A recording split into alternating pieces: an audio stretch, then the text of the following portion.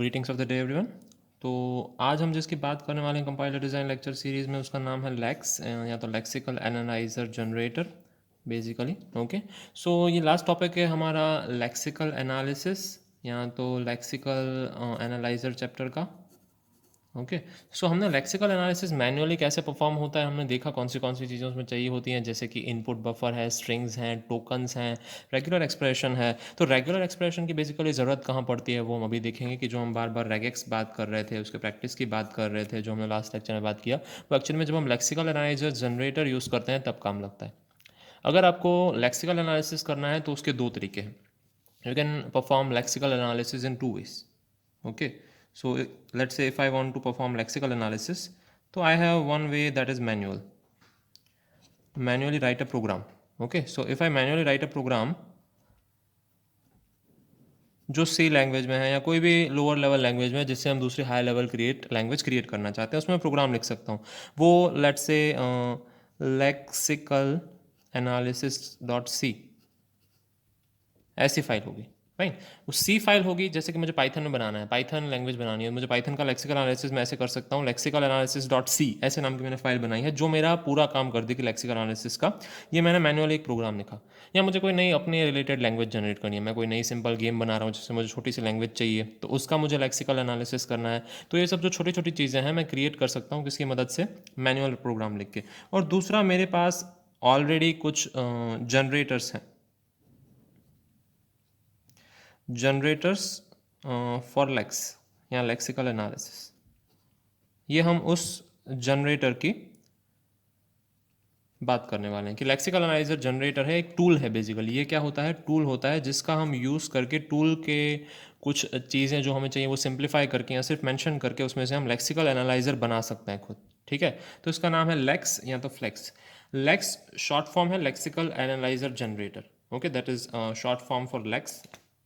And flex का मतलब है जो नया टूल है उसके आगे फास्ट लगता है, फास्ट लेक्सिकल एनालाइजर जनरेटर, उसको हम फ्लेक्स कहते हैं। सो लेक्स या फ्लेक्स दोनों में से किसी के बारे में पूछा जाए, you can write down simply about lakes.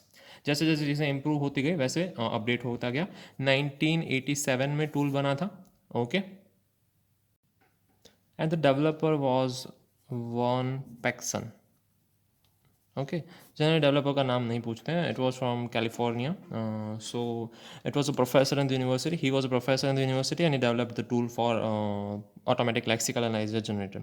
तो हम ऑटोमेटिकली यूज़ कर सकते हैं, मैनुअली प्रोग्राम लिख सकते हैं, ये दो बातें हमारी हो गई। ओके, सो इसके लिए रेगुलर एक्सप्रेशन लगते हैं कि आप सिर्फ जो जनरेटर है उसमें रेगुलर एक्सप्रेशन लिखेंगे, जो भी आपके सारे टोकन या पैटर्न्स हैं। जैसे हम ऑलरेडी बात कर चुके हैं कि अपने पास अगर लेट से मुझे जनरेट करना है आइडेंटिफायर, तो आइडेंटिफायर का सिंपल पैटर्न क्या होता है कि सबसे पहले लेटर से स्टार्ट होना चाहिए और बाद में लेटर या डिजिट, इन दोनों में से कोई भी होगा तो चलेगा, जो मल्टीपल टाइम रिपीट हो सकता है, यानी कि जीरो और मोर टाइम रिपीट हो सकता है। तो अगर आपका ऐसा स्ट्रक्चर है तो आप इसको कह सकते हैं ये मेरा आईडी जनरेट करता है या आइडेंटिफायर जनरेट करता है। ठीक है, तो the one type of token हो गया। इस तरीके से आपको दूसरे दूसरे अपने टोकन जो जनरेट करने हैं उसके रिलेटेड आप रेगुलर एक्सप्रेशन है वो स्पेसिफाई कर सकते हैं और आपका टोकन जनरेट हो जाएगा। This is why regular expression are important. Okay, और लेक्स टूल किस में रन कर सकते हैं, यूनिक्स में, यानी ओपन सोर्स ऑब्वियसली, जैसे हम बात कर चुके हैं।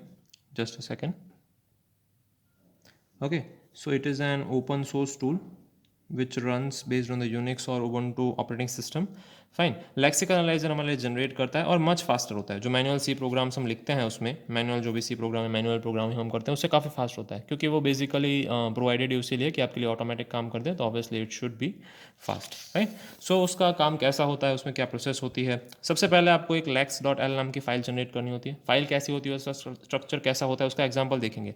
अज्यूम करते हैं कि हमें लेक्स में प्रोग्रामिंग करना आता है, तो होता क्या है, आप वो फाइल उस लेक्स कंपाइलर को देंगे। लेक्स कंपाइलर यानी कि जो आपके लिए एक्चुअली में लिखा गया है, जो जनरेटर है, जिसको हम फ्लेक्स या लेक्स कहते हैं। आप उसको लेक्स डॉट एल या जो भी आपका ए डॉट एल नाम की फाइल है या प्रोग्राम डॉट एल नाम की फाइल है, जैसे मैंने PROG डॉट एल नाम की फाइल बनाई, वो फाइल मैं पास कर रहा हूँ लेक्स कंपाइलर को। वो मुझे एक कॉमनली हर बार एक ही नाम की फाइल जनरेट करके देगा जिसका नाम है lex dot Y dot c. Okay, वो आपके प्रोग्राम की स्पेसिफिक नहीं है। यहाँ पे लेक्स नाम लिखा है, लेक्स डॉट एल लिखा है, इसीलिए यहाँ पे lex dot Y dot c generate हो रहा है, इसका मतलब ऐसा नहीं है। अगर आप यहाँ पे प्रोग्राम डॉट एल भी लिखते हैं, PROG डॉट एल, तो भी आपकी फाइल जो जनरेट होगी वो lex dot Y dot C file ही होगी। और जैसे यहाँ पे देख सकते हैं आप, ये हमारे लिए एक सी फाइल है, तो ऑब्वियसली सी फाइल किससे कंपाइल होगी, सी कंपाइलर से कंपाइल होगी, और उसमें से वो एक आउटपुट फाइल जनरेट करेगी, ए dot out. Okay. Output file भी हर बार कौन सी जनरेट होगी, ए डॉट आउट नाम की ही आउटपुट फाइल जनरेट होगी। मतलब ये दो फाइल नेम है जो वो फिक्स है, फाइल नेम नंबर 1 lex.yy.c और file name .2 a dot out. अब ए डॉट आउट फाइल को हमें सिर्फ रन करना है, और ए डॉट आउट फाइल को रन करने के लिए हमें उसे क्या देना पड़ेगा, अपना सोर्स प्रोग्राम। ओके, हम उसको अपना सोर्स प्रोग्राम देंगे और सोर्स प्रोग्राम को सिंपली कंपाइल करके हमारे लिए टोकन्स जनरेट कर देगा। Okay, so then the tokens are generated and this is the whole theory discussed over here. Fine, basically उसमें टैब्यूलर रिप्रेजेंटेशन होता है। जब भी हम लेक्स कंपाइलर की बात करते हैं या lex.yy.c फाइल की बात करते हैं तो उसमें इफ एल्स लूपिंग वगैरह होता है, बट मेन उसमें टैब्यूलर चीज़ होती है कि जो भी आप बीच में रिप्रेजेंटेशन, इंटरमीडिएट रिप्रेजेंटेशन तैयार करते हैं, जो हमारा किस फॉर्म में होता है, या ट्रांजिशन डायग्राम्स। ओके, तो वो ट्रांजिशन डायग्राम्स बनते हैं बेसिकली, जैसे ये स्टेट 1 है, ये स्टेट 0 है, तो स्टेट 0 में से स्टेट 1 में जाने वाले कितने रूट हैं, फिर स्टेट 1 में से आप अगर स्टेट 3 में जा रहे हैं, ये अजम्पशन का हमारा डायग्राम है। हमने अर्लियर लेक्चर्स में डायग्राम देखे थे, transition diagram for identifier, transition diagram for relation operators, तो वो सारा चीज़ें टेबुलर फॉर्म में कन्वर्ट होता है। There will be a table जहाँ पे 3x3 4x4 का एक टेबल होगा जहाँ पे 0 1 2 और 3 इस तरीके की रोज होंगी। फाइन, उसमें लिखा होगा कि 0 स्टेट में से आप कहाँ कहाँ रीच कर सकते हैं। तो 0 स्टेट में से मैं 1 स्टेट में रीच कर सकता हूँ, और 0 स्टेट में से मैं 2 स्टेट में रीच कर सकता हूँ। 1 स्टेट में से मैं 3 में रीच कर सकता हूँ, और 2 में से भी मैं 3 में ही रीच कर सकता हूँ। 3 में से मैं कहीं पे भी रीच नहीं कर सकता। ठीक है, सो इस तरीके का हमारा टेबल बनेगा, जहाँ से रीच कर सकते हैं वहाँ 1 और बाकी जगह पे 0 बनेगा। ठीक है, सो इस तरीके से हम क्या कर सकते हैं, टेबुलर फॉर्म प्रिपेयर कर सकते हैं और इसका ट्रांजिशन डायग्राम बना सकते हैं, जो हमारे लिए टोकन जनरेशन में हेल्प करेगा। डीप में नहीं जाएंगे कि इस फाइल में क्या होगा, basically we just want to learn कि कैसे चीज़ें होती हैं, और हर एक लेक्सेमीज को मैच करेगा। Lexemes can be recognised using same representation. Okay, regular expression बनेंगे, रेगुलर एक्सप्रेशन पे से एक टेबुलर रिप्रेजेंटेशन क्रिएट होगा, जो एक ट्रांजिशन डायग्राम का ही टेबुलर रिप्रेजेंटेशन होगा, वो प्रोग्राम क्रिएट करेगा आपके रेगेक्स पे से, और उसमें से लेक्सेमीज हैं वो रिकॉग्नाइज होंगे कि हमारे प्रोग्राम में लेक्सेमी है वो सही से रिकॉग्नाइज हो सकते हैं कि नहीं। तो जो भी आप लेक्स प्रोग्राम लिखेंगे वो उनकी लैंग्वेज में होगा, उनके प्रोग्राम के मॉड्यूल के हिसाब से होगा, उसके पीछे एक्सटेंशन लगेगा .l। जैसे मैंने प्रोग्राम .l या lex.l लगाया है, उसमें से फाइल जनरेट होंगी वो कॉमन होंगी, lex.yy.c और a.out, दोनों फाइल सेम होंगी, और बाद में उसको सोर्स प्रोग्राम के साथ रन करेंगे। कैसे करेंगे वो एग्जांपल में देखेंगे। Fine, so this is the same theory that we just discussed. Object program create होता है। ओके, इनपुट स्ट्रीम में हम क्या देते हैं, सोर्स प्रोग्राम देते हैं हमारा, और आउटपुट में हमें क्या मिलते हैं, टोकन्स मिलते हैं, कि जो जनरेटेड टोकन्स होते हैं वो, उसके लिए आउटपुट फाइल स्पेसिफाई करें तो आउटपुट फाइल में मिलते हैं, या तो फिर हमें कंसोल में मिलते हैं। It is up to us that how we want to deal with it. Structure कैसा होता है बेसिकली, लेक्स प्रोग्राम लिखते कहते हैं, सबसे पहले डिक्लेरेशन आता है। सी डिक्लेरेशन या कोई फाइल इंक्लूजन्स हैं तो आप वहाँ पे लिख सकते हैं 2 percentage bracket start then percentage bracket end, इस तरीके से आप लिख सकते हैं। अगर सी डिक्लेरेशन या कुछ इंक्लूड स्टेटमेंट है तो हैश इंक्लूड वाले स्टेटमेंट। ओके, इस प्रोग्राम में भी अगर हैश इंक्लूड वाला स्टेटमेंट है तो आप कर सकते हैं, कुछ लाइब्रेरीज इसमें इंक्लूड करनी है तो काफ़ी, क्योंकि कई बार नई नई लैंग्वेजेस के लिए लेक्सिकल एनालाइजर बनाना बहुत टफ टास्क हो सकता है। ठीक है, सो सबसे पहले बात करेंगे डिक्लेरेशंस की। अगर हमें डिक्लेरेशंस करना है तो इस तरीके से कर सकते हैं, जैसे मैं हर बार लिखता हूँ कि आइडेंटिफिकेशन का रेगेक्स क्या है, लेटर, फिर ब्रैकेट में लेटर और डिजिट में से कोई भी 0 या मोर टाइम सेलेक्ट कर सकते हैं। ठीक है, ये है। तो पर कंपाइलर और लेक्स कंपाइलर को कैसे पता चलेगा कि डिजिट क्या है या लेटर क्या है, तो उसके लिए हमने डिक्लेयर कर दिया कि लेटर किसे हम कहेंगे, A to Z में से स्मॉल या कैपिटल A to Z में से कोई भी होगा तो उसे हम लेटर्स कहेंगे। डिजिट किसे कहेंगे, 0 से 9 के बीच में किसी की भी बात कर रहे हैं, 1 या मल्टीपल टाइम्स, तो हम उसे डिजिट कहेंगे। ठीक है, इस तरीके से मैंने डिक्लेरेशन सेक्शन खत्म किया। फिर ट्रांजिशन रूल्स आते हैं। ट्रांजिशन रूल हमारा मेन पार्ट है, जहाँ पे हम एक्चुअली में रेगेक्स स्पेसिफाई करते हैं, यानी रेगुलर एक्सप्रेशन स्पेसिफाई करते हैं। तो यहाँ पे मैंने काफ़ी सारे रेगुलर एक्सप्रेशन स्पेसिफाई किए हैं। Late us see few of that. सबसे पहले तो लेटर, बाद में लेटर और डिजिट, तो ये हमारा आइडेंटिफिकेशन का रेगुलर मार्क्स है। इसका स्ट्रक्चर क्या है पैटर्न लिखने का, परसेंटेज से स्टार्ट होता है, परसेंटेज से एंड होता है।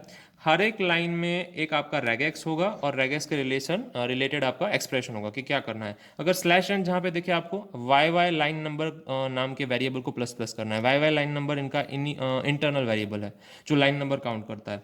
फिर इंक्लूड, हैश इंक्लूड और ब्रैकेट ओपन इतना आ जाए, और उसके अंदर कोई भी लेटर हो, एक से ज़्यादा बार लेटर है, बाद में डॉट है, और बाद में अगर लेटर को फॉलो करना है तो करेगा, नहीं करना है तो नहीं करेगा, ये ऑप्शनल है। अगर ऐसी चीज़ है तो आप उसको इंक्लूड या प्री प्रोसेसर कहेंगे। फिर कीवर्ड है, तो कीवर्ड जितने भी आप यहाँ पे स्लैश स्लैश करके स्पेसिफाई कर सकते हैं पाइपलाइन सिंबल के साथ। ये पाइपलाइन सिंबल है, तो रिटर्न है, मेन है, फॉर है, वाइल है, केस है, स्विच है, anything can be there. So those are our keywords. Then data types कौन सी हैं, डेटा टाइप स्पेसिफाई कर सकते हैं.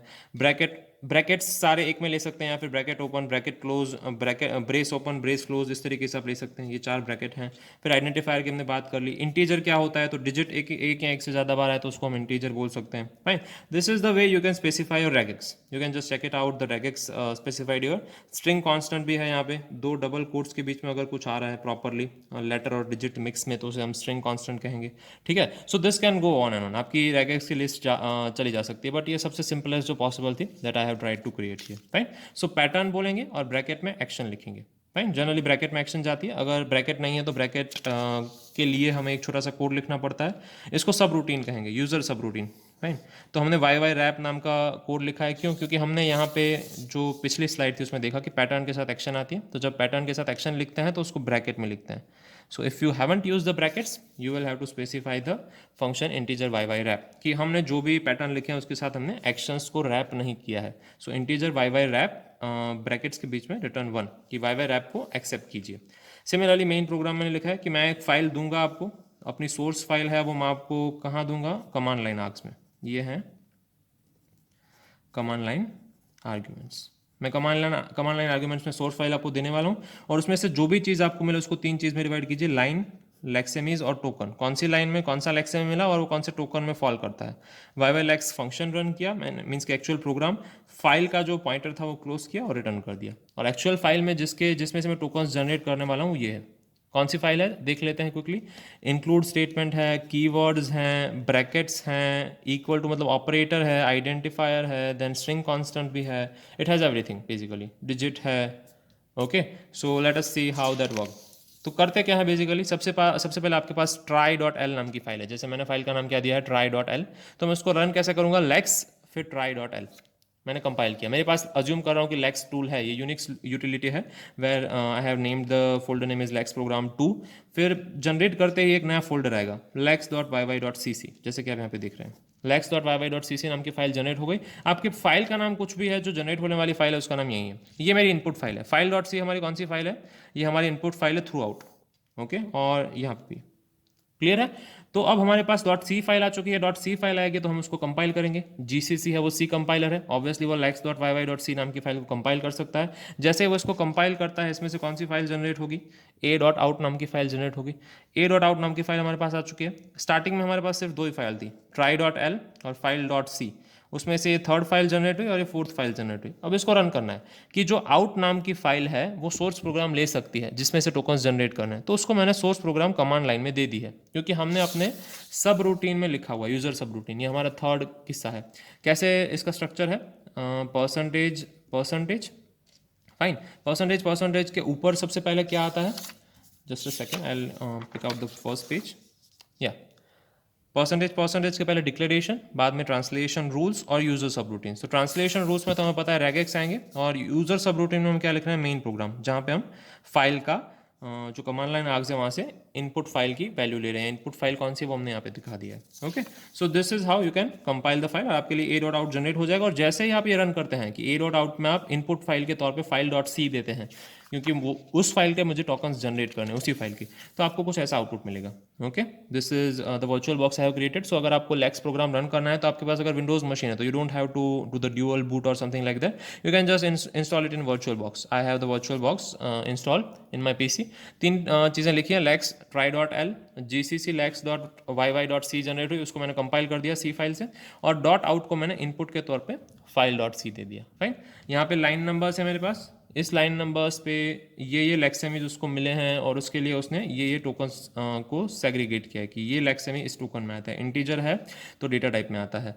Fine. Then we have bracket open, bracket close, and then we have some keywords. Okay. printf है उसने identifier में count किया है, पर printf आइडेंटिफायर नहीं, वो हमारा कीवर्ड है, क्योंकि printf को हमने कीवर्ड में नहीं लिया था. फाइन. मेन है वो कीवर्ड है. ओके. उस तरीके से आप जैसे रेगेक्स लिखेंगे उस हिसाब से वो सेग्रीगेट करेगा. सिमिलरली एक छोटा सा दूसरा प्रोग्राम लिखा था कि डिक्लेरेशन से स्टार्ट करते हैं, तो इंटीजर काउंट नाम का वेरिएबल डिफाइन किया है कुछ काउंटिंग के लिए. Fine. Percentage bracket open, percentage bracket close, ये कमेंट है. /3 3 स्टार / ये कमेंट है, इसके बीच में आप जो भी लिखेंगे वो कमेंट कंसिडर होगा। बाद में percentage bracket open percentage bracket close के बीच में इनिशियल डिक्लेरेशन अगर कुछ करना है, फिर डबल परसेंटेज आ गए, मतलब हमें स्पेसिफाई करना पड़ेगा कि कौन सी चीज़ें क्या है। Fine, and then translation rules.